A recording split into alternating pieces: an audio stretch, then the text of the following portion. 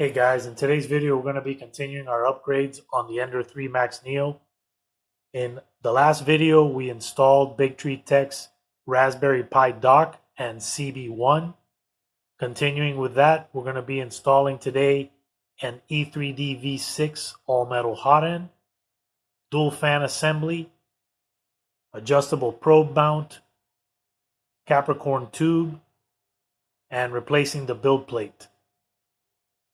Guys, if you're new to the channel, consider subscribing, turn on your notification bell, and leave some comments. I love reading the comments and do my best to get back to you guys as soon as I see them. All right, let me point out a couple things that I've learned about this printer since working with it. The platform is fantastic. It gives you a great base to build on, but it does have some issues. And these are things that can be easily corrected. But let me show you what the issues are. So first thing is when you home the printer, the zero position leaves the nozzle off the bed. So let me show you.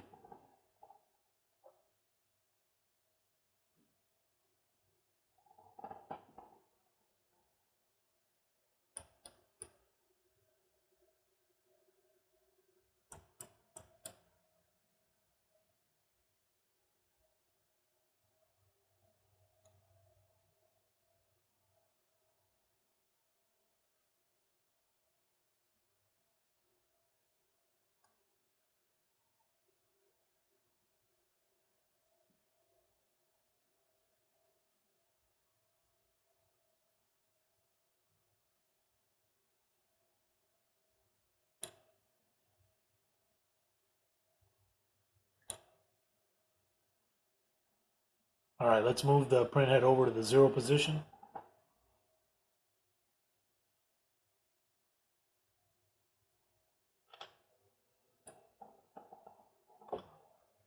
And let me pull this thing in close so I can show you guys what I'm talking about here.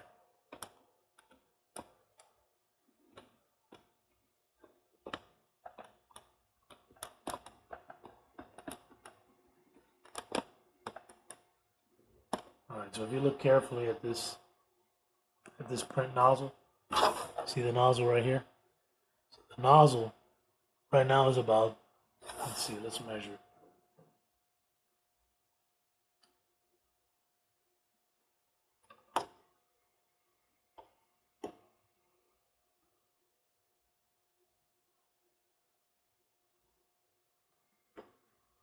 About 16.5 millimeters off the edge of the bed.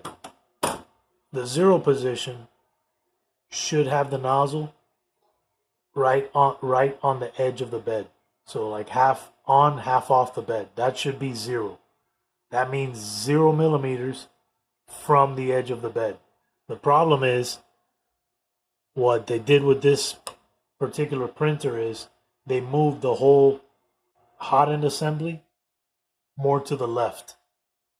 And then this introduces this problem. And the reason that this is a big deal is because when you go to create your bed mesh is not gonna be centered properly.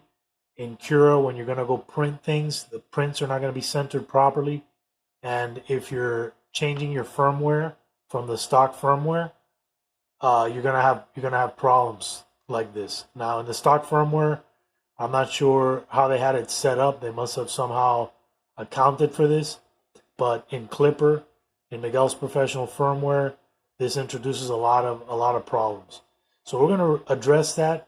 First thing I'm going to do is I'm going to pull this whole Hotend assembly apart, and we're going to replace the gantry bracket. And the reason we need to do that is because this gantry bracket was totally redesigned, made a lot smaller, and it doesn't have as much flexibility as the previous gantry bracket. In my opinion, the best gantry bracket for an Ender 3 would be an Ender 3 V2's gantry bracket, because it gives you a lot of flexibility with all the hole positions that it has already pre-drilled in it. So let's go ahead and take this apart, and we'll start the upgrade. All right, guys, let me show you the next problem that this thing has. So if I move the print nozzle over to the right side. There's plenty of travel to the right side, which helps you in maximizing the amount of exposure that the probe has to the bed. So let me go ahead and move it over to the right so I can show you what I mean.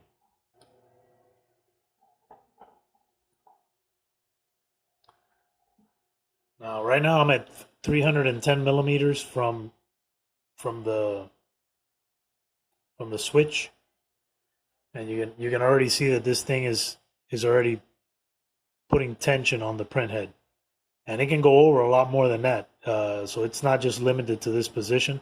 It does have a lot of room to travel more to the right. But if you were to leave it like this,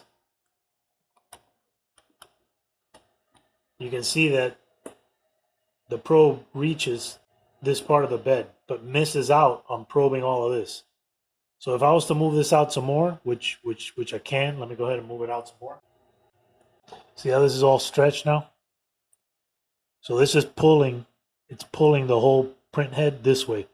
So that's going to make the probe inaccurate because it's pulling up on it, it's pulling it at an angle. So that's no good. So we got to fix that. But you can see how much extra it can move to the right. So right now we're about 17 millimeters off the edge of the bed. So that means that we're going to be able to probe up to about this point. Now, it is possible. I'm going to have to take this little tension adjuster off and see if maybe I can modify it, because it looks like this could come over more to the right if this thing wasn't in the way. So we might be able to get maybe another few millimeters and get it maybe within 10 millimeters off the edge of the bed. All right, let's go ahead and take this thing apart. All right, let's shut the printer off. And I'm going to turn it to the side so you guys can see a little better here. So this thing has one screw in the back that you got to take off. And then you just have to wiggle the cover off of it.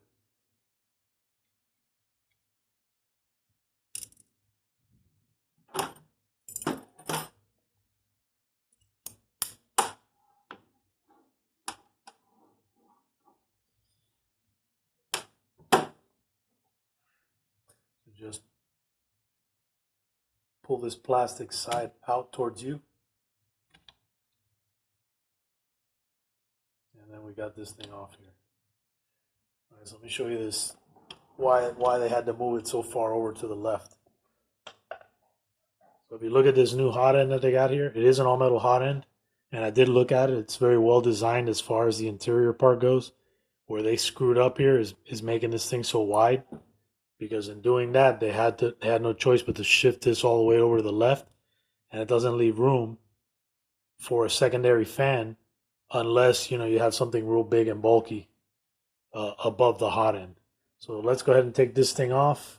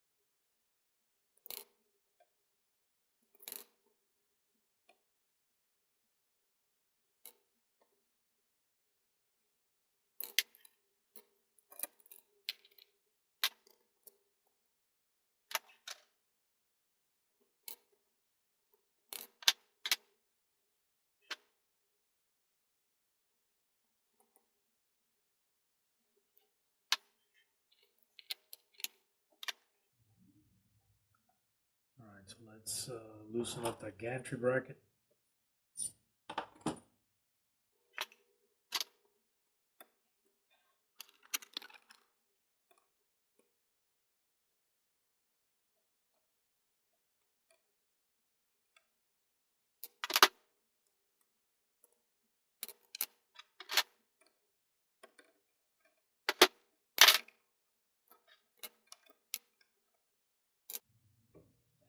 And we're going to loosen the tension on the side here. Loosen the belt.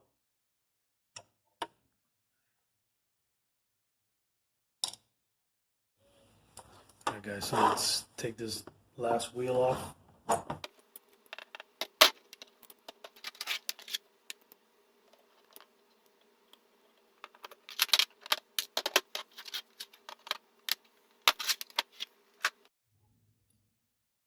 Alright, next, to be able to mount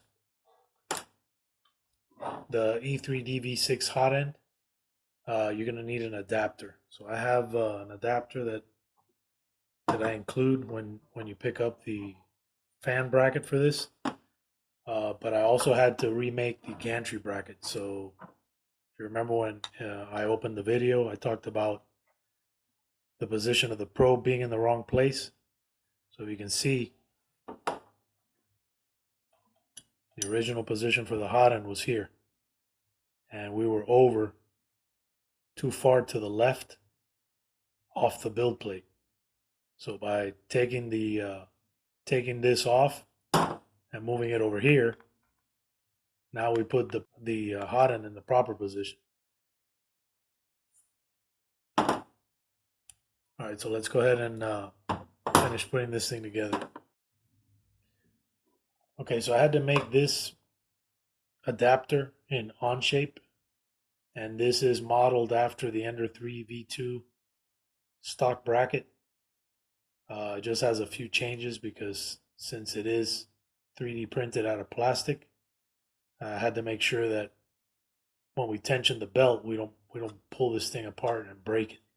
So I had to reinforce it in such a way that it can bear the load of having the belt tension applied to it. Another thing, and thank you Doug O'Connor for the suggestion. Doug was talking about trying to minimize the Y offset of the probe. So I thought that was a great suggestion. So what I did here is, before on the stock bracket, the probe would stick forward about 1 millimeter. So it was offset about 1 millimeter. So what I did here is I moved this entire front piece. I added 1 millimeter worth of material on this face. So that would essentially bring the two in line. So we'll see how close I got or if I'm on the money. But if I'm off by a little bit, I can always reprint this part and get it exact. That just eliminates another variable from when you're tweaking your printer. Okay, so this is the little adapter for the E3D V6.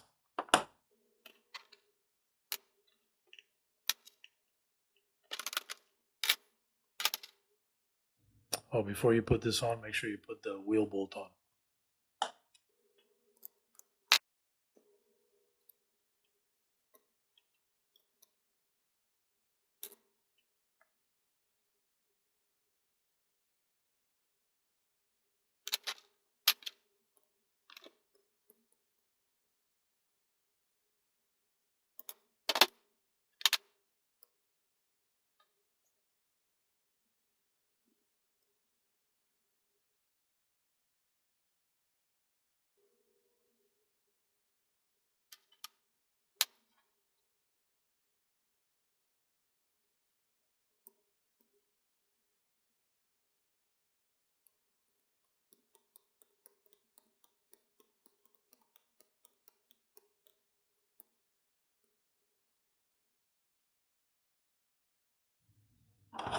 All right, next is the probe mount.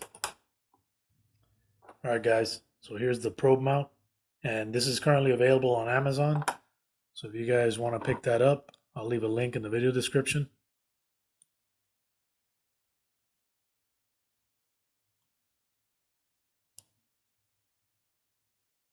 And how you fasten is you use one of the wheel bolts, and then you slide the adjuster screw in between those fingers.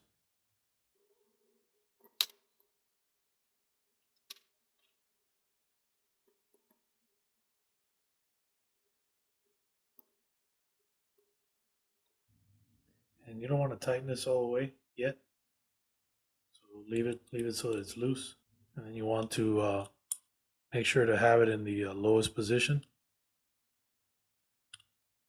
That's it right there.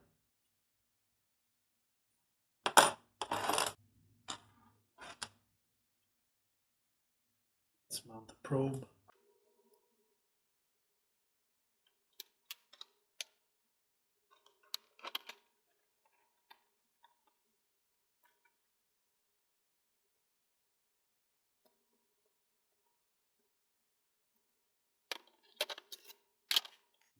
Next thing we need to do is to build a hot end. And if you guys have never worked with this hot end is awesome.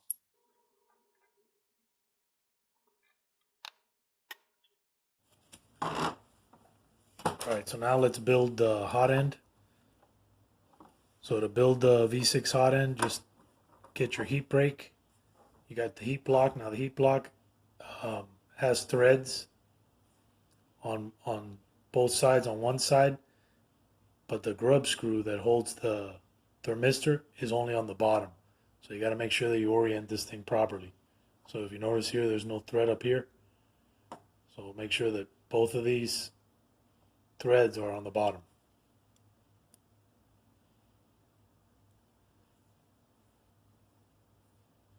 And then another thing too is if you look closely at this,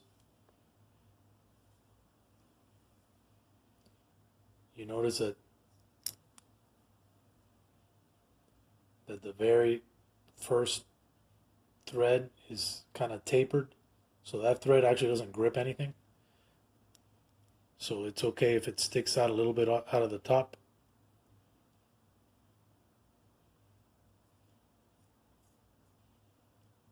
So I like to let it stick out just like that.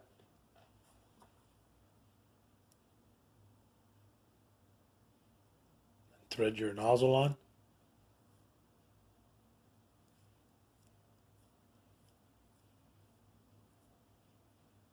And you want to make sure that when your nozzle's up against the heat break, that there's a gap. See that gap there? It's important that you have that gap. Otherwise, when you go to torque this, you're going to be torquing it against the heat block and not against the heat break. The heat block is simply there to hold the tension between these two parts, but they have to mate together to get a proper seal. All right, so once you get that on there, we're going to be using a 3D printed torque wrench, and this thing will tighten to 3 Newton meters, which is about 30 inch-pounds.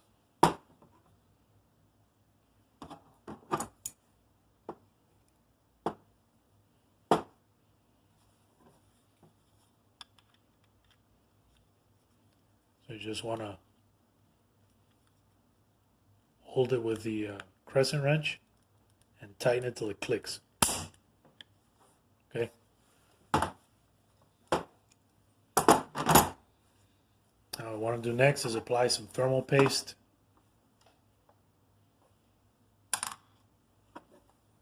to the heat break.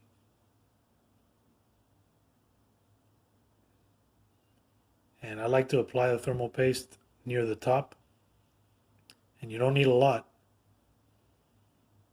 And as it threads in, it will spread it to the rest of the heat break.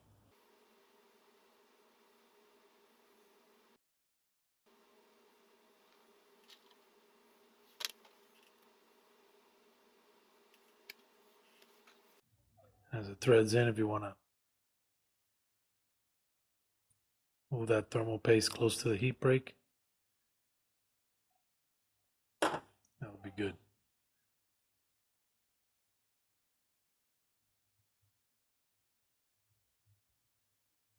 And this part here, just hand tighten it.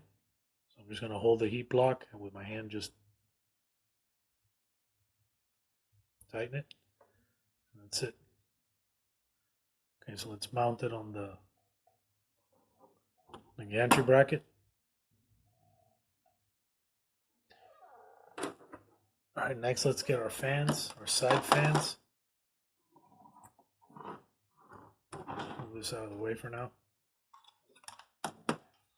So I added these grooves here to allow changing these fans out to be easier. So all you're going to do is just fold back that that wire, and it's going to sit inside of this groove, just like that. And these are 2mm screws, coarse thread, by 6mm long.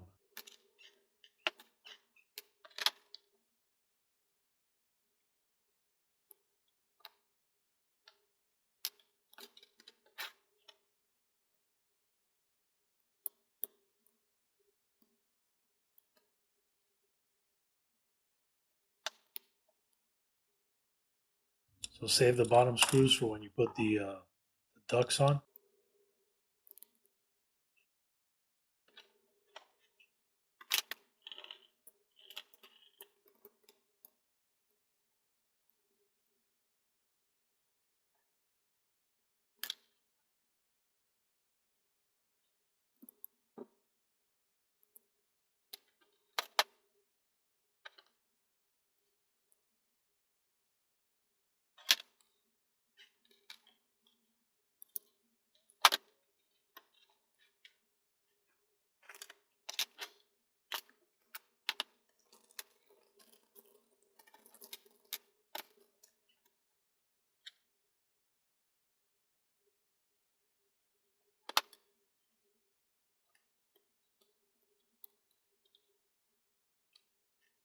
On this side, I'm going to leave the duct off so that I can install the heater cartridge and thermistor.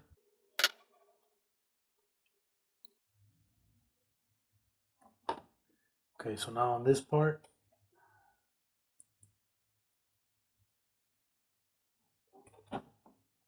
we want to put that lower wheel bolt on. This is important. If you don't put it on now, you're not going to be able to get it on. The first thing I like to do is put the little concentric nut on there first, and that goes in from the back side. And if you notice, let's see if I can get this thing to focus. Come on. Notice how it's offset closer to the top than the bottom. You want to turn it around. You want it to be the other way. That'll give you the most amount of room to get it on the gantry.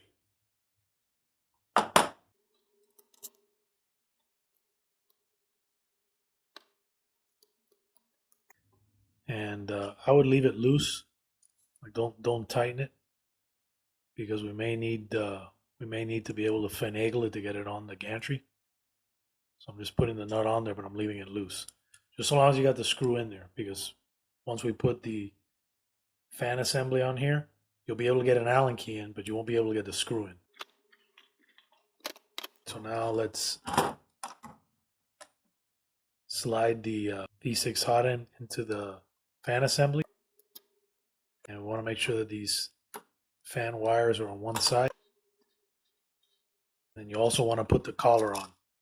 So the collar is what's going to keep this thing, what's going to lock all this down. So put the collar on right now. And you can kind of eyeball line it up. And this thing is going to clamp on like this. And just hold it with one hand. And then use your Allen key to tighten these screws. And what this does is it acts like a clamp around the neck of the Hotend.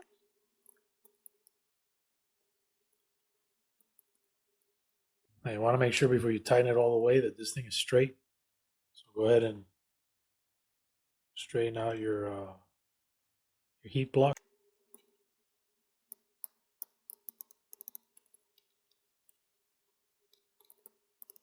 And check it. Okay, perfect. And that's it. You see how you still have access to that Allen key in there?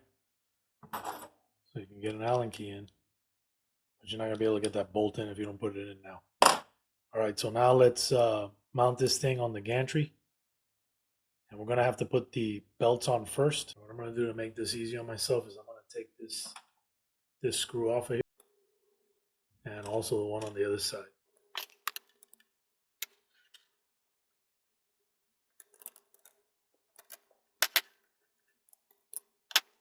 This is going to give us plenty of room so we can put this belt on easily.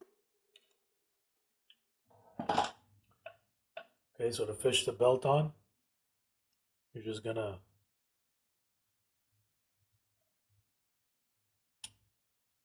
get it in the groove. I'm going to do the same with the other side.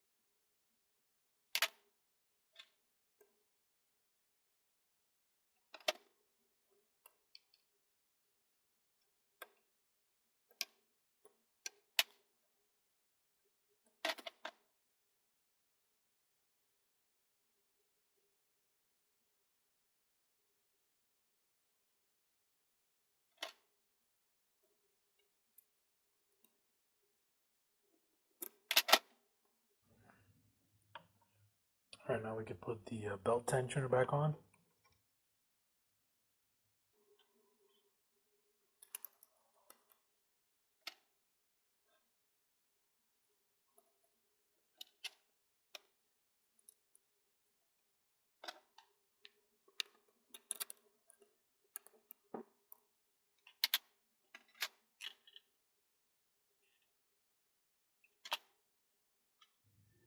Let's set the belt tension.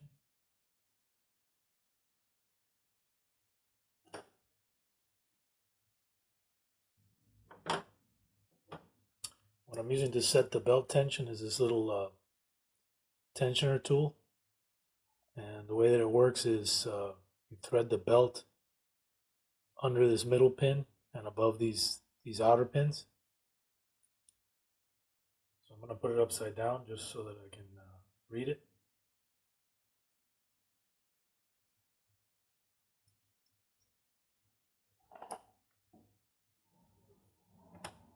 Yeah, let me show you guys how it works.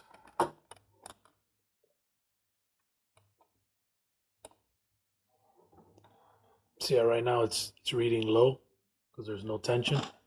So now I'll just start increasing the tension.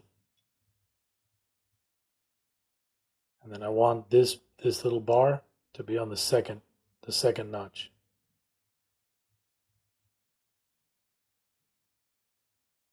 Right there.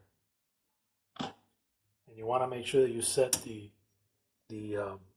top belt and the top belt and the belt of the bed the same. So that's why this is important. You need both those tensions to be the same.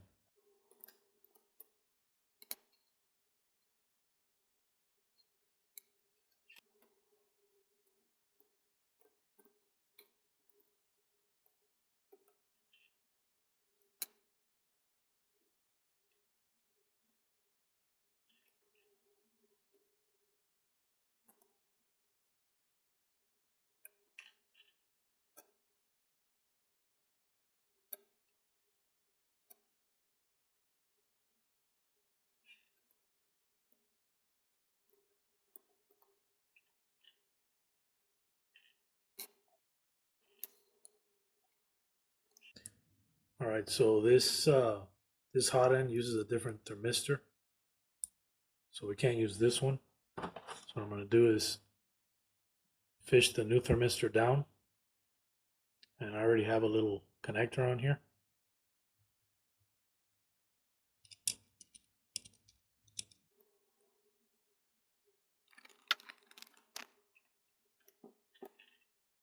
I'm just going to tighten that grub screw.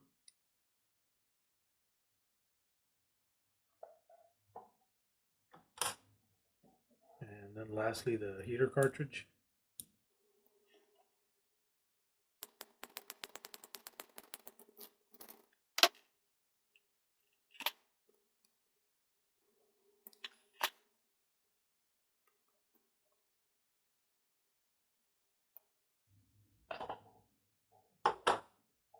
Would have been easier to hook this part up first.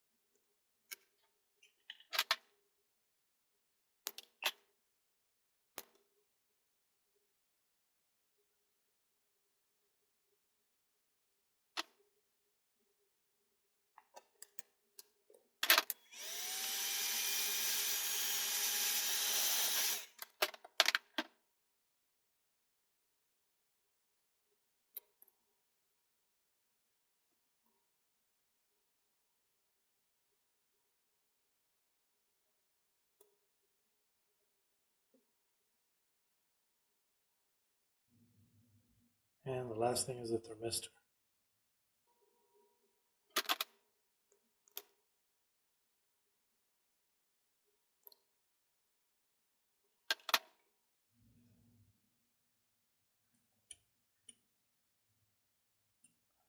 All right, we got everything connected.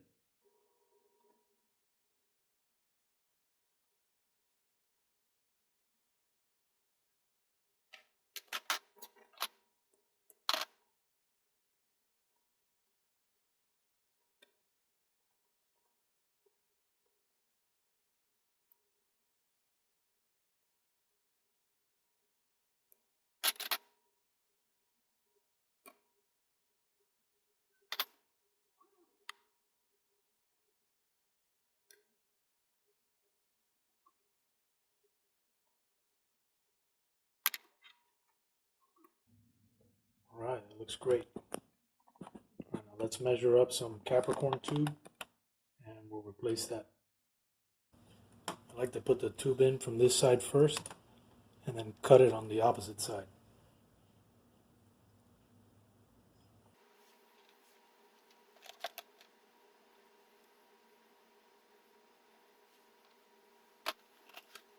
And I'm just going to mark it with a pencil.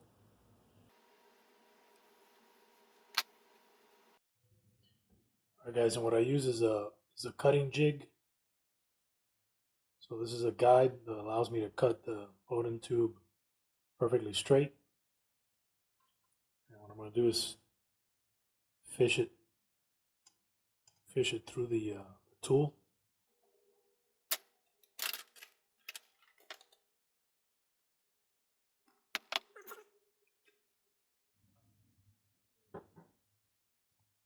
I'll go ahead and add some clips first real quick just to organize this and hold it for me.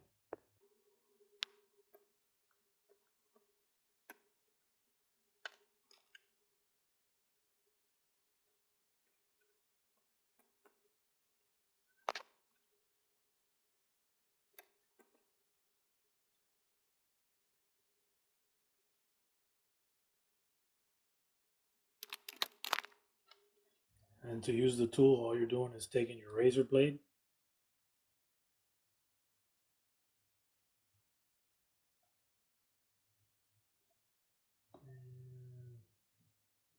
and use this to cut it on. And just pressing down to cut it.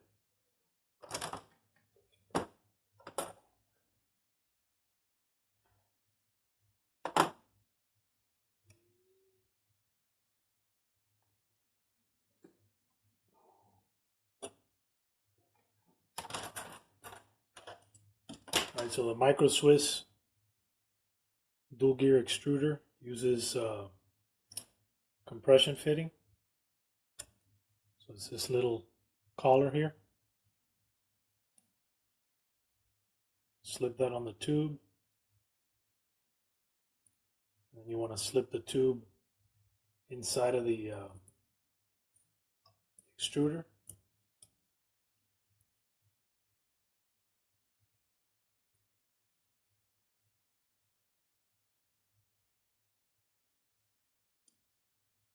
And the little brass collar is here.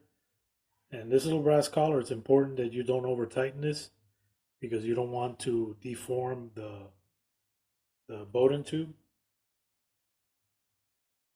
A good idea would be to stick a piece of filament inside of there when you're going to tighten it down. That way, in the event that you do deform it a little bit, it's not going to make it to where you can't extrude filament or restrict the filament flow.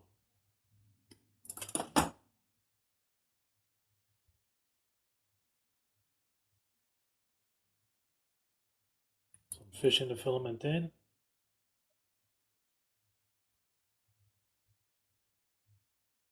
Pushing the Bowden tube up against the gears.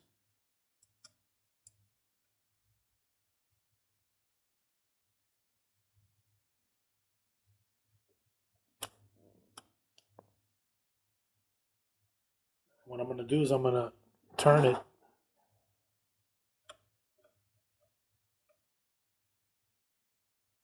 about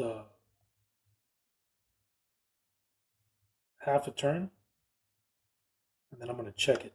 So I'm going to back it up, and I'm going to check to see if it crushed enough. And no, it needs to crush some more. So I'm going to feed it back in there.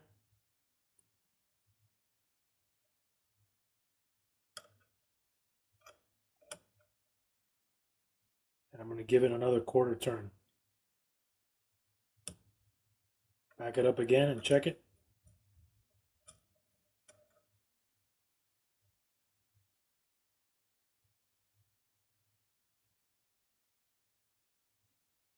And one more quarter turn will do it.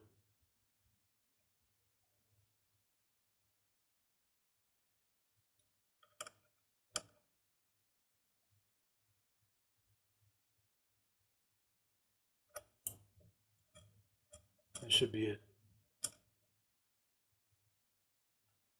Yeah, that's it. Perfect. All right, you want to make sure you get that piece of filament out of there.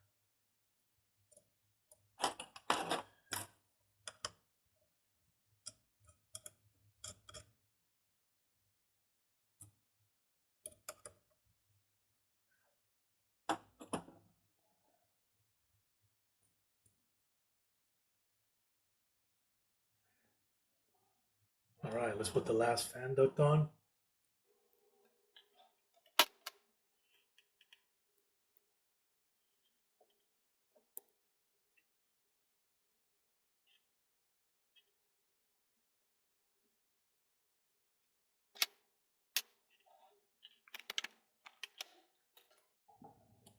All right, guys, next up is to swap out the glass bed for a sheet of Garolite G10. And let me show you one of the big advantages that you have with this. Put the glass on it.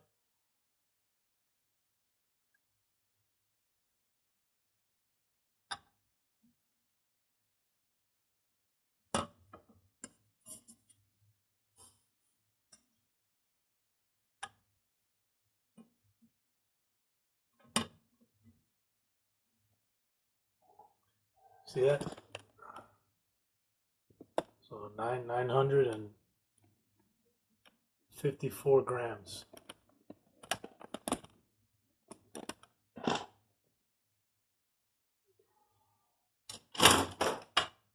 Now let's put on the Garolite.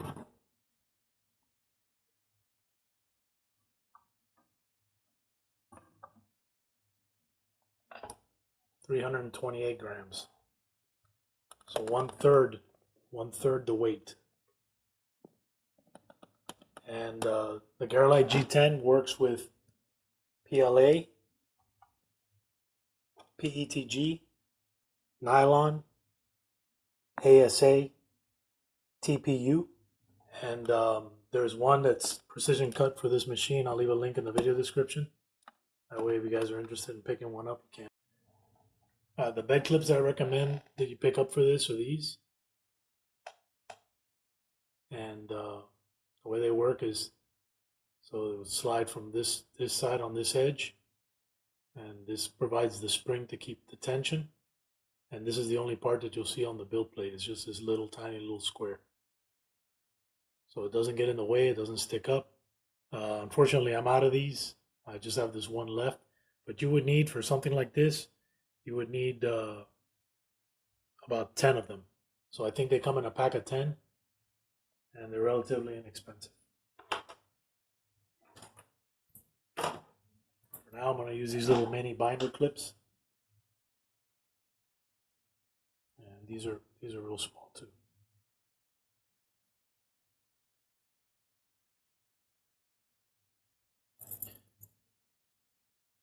But since these have this little curled side, it's possible to run into it with your nozzle, so you gotta be careful.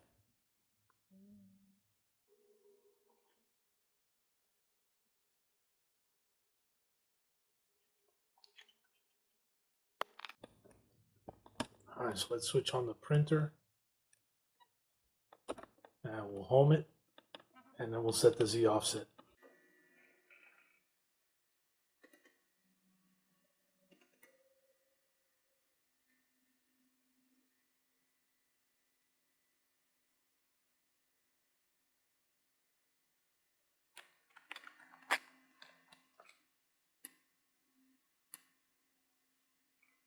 All right, so let me bring this thing in close, and I'll show you guys how to set the Z offset.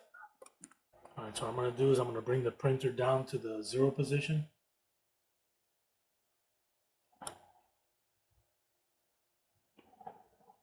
And before we do that, we're going to need a 0.25 millimeter feeler gauge.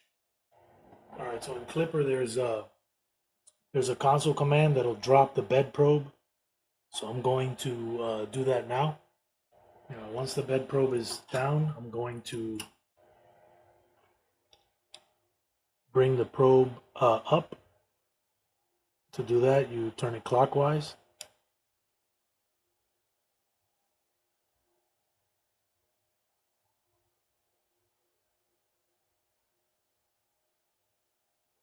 And I'm going to bring the nozzle down to touch this 0.2 millimeter, 0.25 millimeter feeler gauge.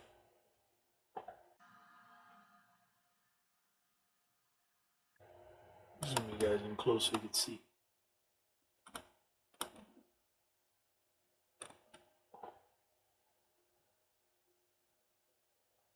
And what I'm doing is I'm lowering it by 0.1 millimeter at a time.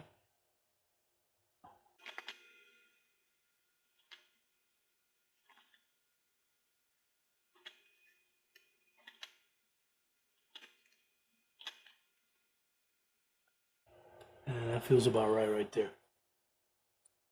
All right, so the next thing I'm going to do is I'm going to start to bring the probe up, or I'm sorry, down until it triggers. So let me bring this up a little bit. So to get it to come down, you're going to turn counterclockwise, and when it triggers, it's going to turn red, and it's going to bring the probe up. And you want to turn this slowly.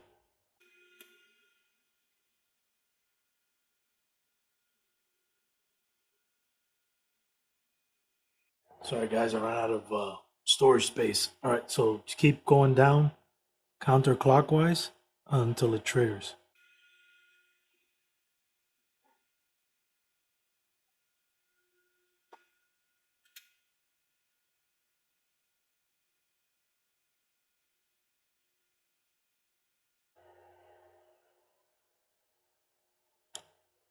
Right there. So that. All right, so now what you're gonna do is you're gonna lock this down.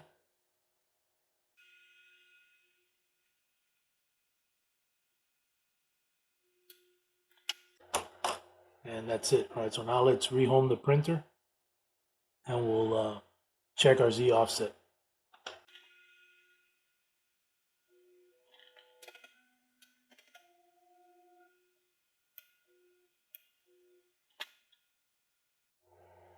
All right, let's bring the print nozzle down to 0.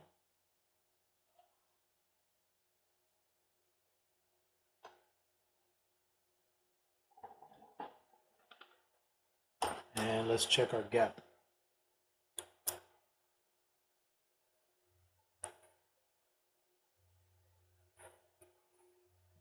All right, that looks good. All right, so next we're gonna load up some filament and do a quick test print. All right, I'm gonna extrude 550 millimeters of filament. That should enable it to go from the extruder all the way to the hot end.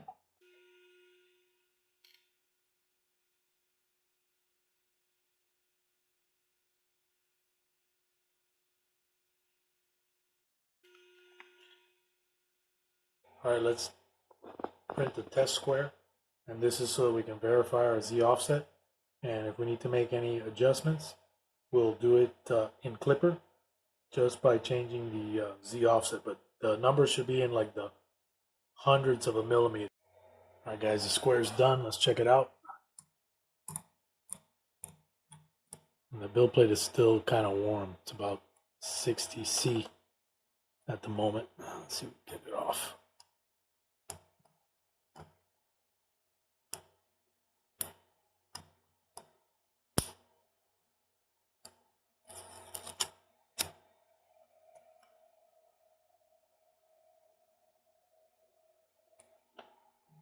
It's kind of hard to tell, but see that?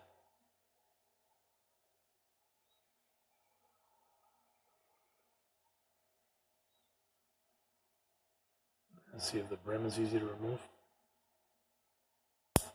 Yep. That's it, perfect. All right.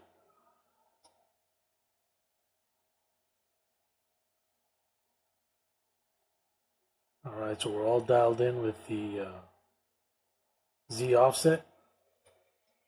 And let me tell you what the Z offset value is.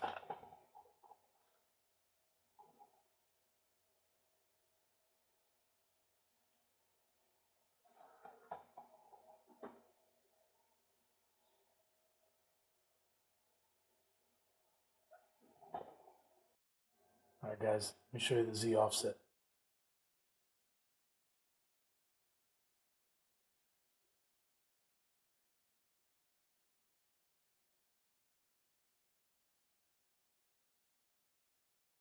Z offset right here, 0.